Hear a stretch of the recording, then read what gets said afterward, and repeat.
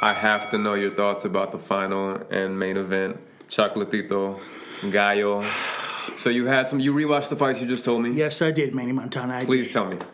Okay, so let me say this. Precursor. I talked to several of our fans, and thank you guys so much for reaching out. I love talking boxing with you guys. I'd actually picked Estrada to win before the fight. Whoa. I did. I thought Chocolatito was just a little bit too old, and I've seen the last few fights of Estrada's, and I thought he improved so much he was going to win. Now, with that being said, how the hell, double hockey sticks, did Estrada get 9 rounds on somebody's card? If you're judging the way you're supposed to judge, who had the better defense in that fight? Chocolatito. All day. Who had the cleaner punches in that fight? Chocolatito. Mm-hmm. Who had the heavier punches in that fight? Chocolatito. True. Who controlled the distance? I would probably give that to Estrada, just because when he got behind the jab, I don't know. It's close, but I would say I'll give that to Estrada. I'll be okay with that. And again, I have to reiterate what we're talking about. It's not that Chocolatito was dominating Estrada. It was a very even fight. It's just that he was kind of winning a little more, if that makes any sense. Yeah, and if you look at the final punch stats, they tell you the story. Yeah. Chocolatito landed almost 100 more. I think it was like 80 more punches. Mm-hmm. In the 12th round, where a judge gave Estrada that round, Chocolatito threw 160 punches and landed like 55 of them.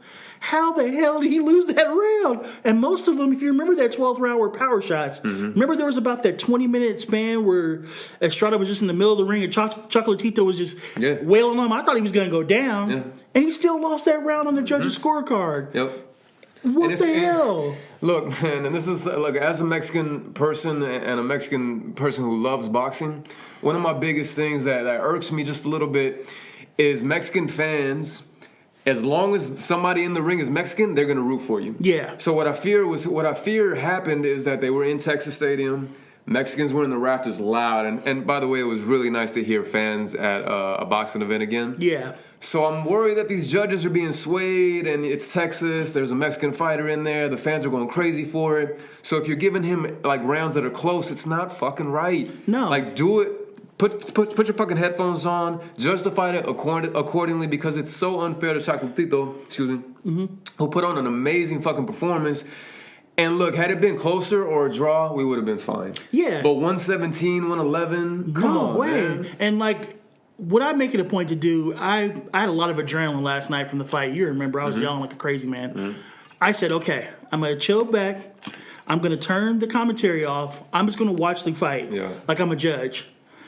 I don't see any possible way you can have that anything but Chocolatito winning or a draw. I don't think Estrada won more rounds than Chocolatito. There's no way. I thought there was at least 6 rounds that were clearly Chocolatito rounds. Without the commentary, without the paying attention to the fan noise, just strictly watching the fight, I don't get it. Yeah. I really don't. And I don't want to sound like I'm detracting from Estrada's performance. Estrada fought a great fight, man. Fight. A great fight, great game plan. Came to fight, controlled the distance at times. I mean, I think that was his perfect game, but it still wasn't enough. Yep. And now Chocolatito is going to have to fight him a third time when he's already really beaten him twice. It sucks for the sport. He should be moving on. It was frustrating. He should be on to the next, man. But again, he's such a humble dude and so kind. He has nothing bad to say. Did he say anything in the post-fight? No, he just said this is what God wanted. I was like a little small tear came down. Yeah, man, he's such a good dude. It's such a rarity in boxing to have a guy like him. He never has anything bad to say about any of his opponents. Yeah, so I don't know what they're going to do next. Sarong Visai, who knocked out Chocolatito after he got gifted a decision against Chocolatito on the first fight, another fight where Chocolatito got robbed. He's the mandatory for Estrada next. Okay. They just fought, and Estrada beat him pretty easily, so we'll see what happens with that, but the winner will probably get Chocolatito again.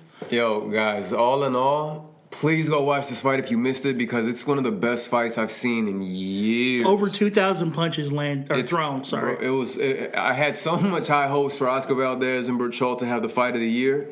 This shit replaced it within the first, second, or third round. Yeah, we were like, well, so much for Berchelt. Yeah, and that's no diss to them. It's just showing how good this fight was, man. So please watch it.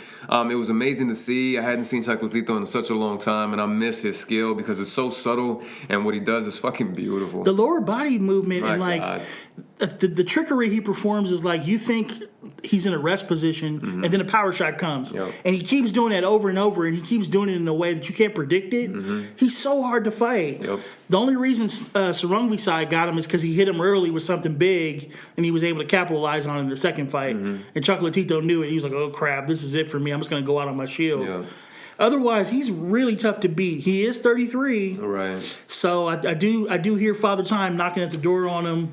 So we'll see. Let me ask you a question, bro, and this is off the cuff. I'm sorry if this is too big of a question to answer right now. Sure. Is there any way to change judging in boxing? Can they incorporate the punch stats and that help them, and maybe do it in real time so they have that? They could. They tried to do open scoring. Okay. So the WBC, the organization with the big green belt. Yeah. They decided that after every 4 rounds, the judges' scorecards would be read over the loudspeaker. Oh. They tried it out, but it sucked because it took away from the action. If I know I'm up, let's say, I know I'm up in the 8th round, I know I'm up 8 rounds, nothing on you. Am I really going to try to engage you for the other 4 rounds? Gotcha. Or am I going to just get on my huffy, Lance Armstrong it, and run away from you so you don't knock my ass out? Gotcha, yeah. So that failed miserably.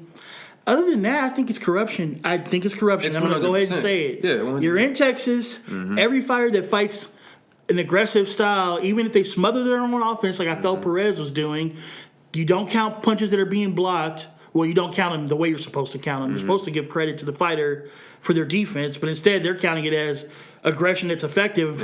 It's not. Every Mexican fighter, whoever fought that Mexican style, was getting some wide scores, man. And it just didn't look good for boxing. It kind of put a skid mark on a great night, unfortunately. And you saw that one judge that had a 117, 111, he already got suspended. He's in some shit now. He's in hot water. Yeah, because there's no 9 rounds for Estrada. Estrada clearly lost round 2. He clearly lost round 10, 11, and 12. Yeah, what man. the and fuck? If you're going to be corrupt and if you're going to cheat, be fucking smart about what the fuck is wrong with you. 117, 111? Yeah, just do 115, 113. Easy. Any reasonable person could say, oh, well, it was, kind of like what I said when you got pissed at the end of the fight. I was like, well, there's a lot of close rounds, but I was like, fuck that. After I rewatched it, I was like, no, fuck no, that scorecard sucks. Nah, man, they did my boy dirty, and it was just fucked up. Yeah, it's bad for the sport. It's bad for Estrada too. Now he's got to answer these questions about these corrupt scorecards. He doesn't judge the fight. He just went out there and fought the best fight he could. Thought he did enough to win a draw. It was very telling when Estrada himself said, I thought the fight was a draw. When Estrada's corner after the 10th round said, hey, Estrada, you need a knockout to win. That's right. If that doesn't smell of corruption, I smell it right now. Corruption. Yep. Come on. Yeah, man.